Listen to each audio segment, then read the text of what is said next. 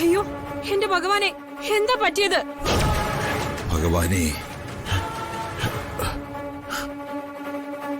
അയ്യോ എന്റെ ദൈവമേ, എന്താ എന്തു പറ്റി?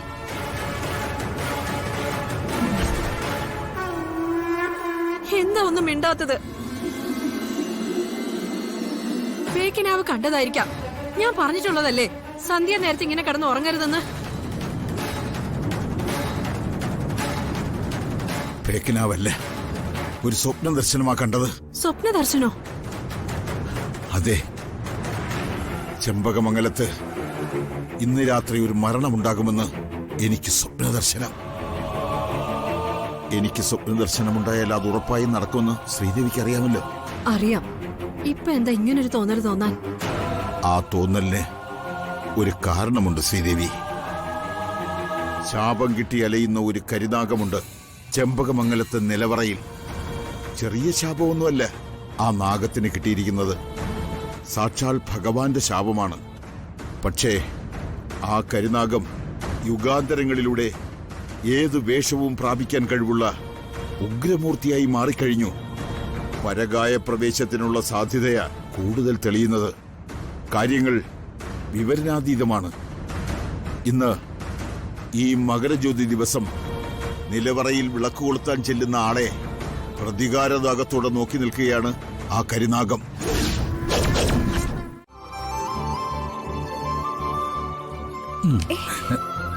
എന്താ ചേട്ടാ ഇത്? ഇന്നത്തെ ദിവസത്തിന്റെ പ്രത്യേകത എന്താണെന്നറിയാലോ? അറിയാം, മകരവിളക്ക്. അങ്ങ് പൊന്നമ്പലമേട്ടില് തത്വമസിയുടെ വിശ്വജ്യോതി തെളിയുന്ന ദിവസം. എന്നിട്ടാണോ കെട്ടിപ്പിടിക്കാൻ വരുന്നത്? ആ കെട്ടിപ്പിടുത്തോ മകരവിളക്കും തമ്മിൽ എന്താ ബന്ധം? വേണ്ടാട്ടോ. സ്നേഹനിധിയായൊരു ഭർത്താവ് ഒരു ദിവസം കുറഞ്ഞത് ഒരു 100 പ്രാവശ്യമെങ്കിലും ഭാര്യയെ കെട്ടിപ്പിടിക്കണമെന്ന തത്വത്തിൽ വിശ്വസിക്കുന്ന ആളാണ് ഞാൻ. എന്നാലേ ഇന്ന് ആ തത്വം ഒന്ന് മാറ്റിപ്പിടിക്കാം.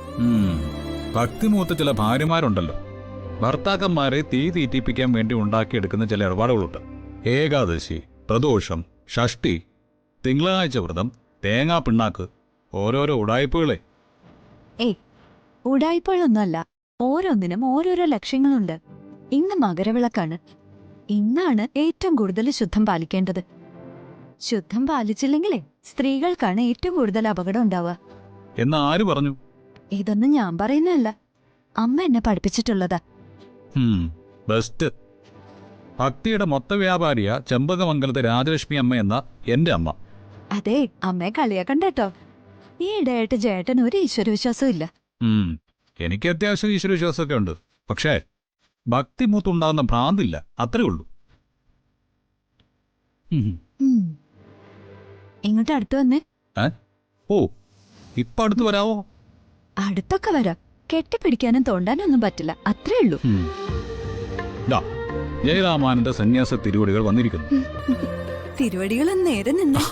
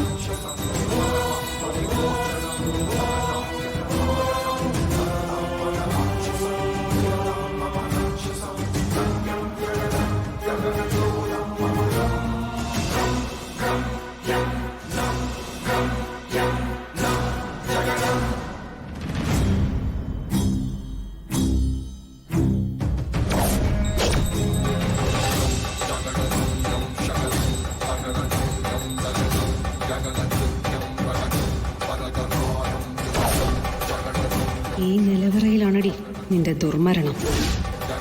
നിന്നെ കൊന്ന് ഇവിടെ ഇട്ടിട്ട് വാളുമായിട്ട് ഞാൻ കടക്കും.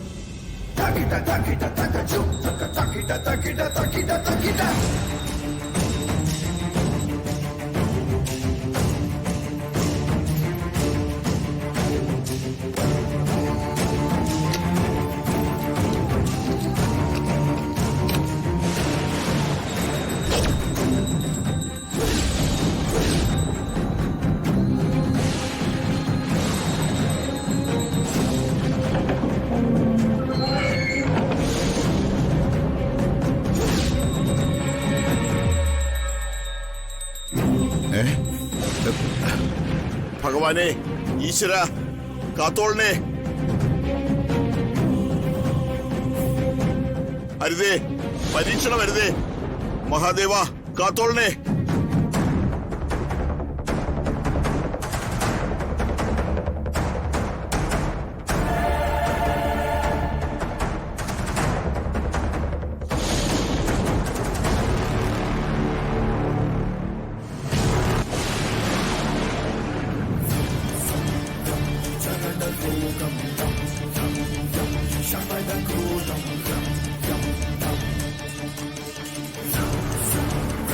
Jagadakrudam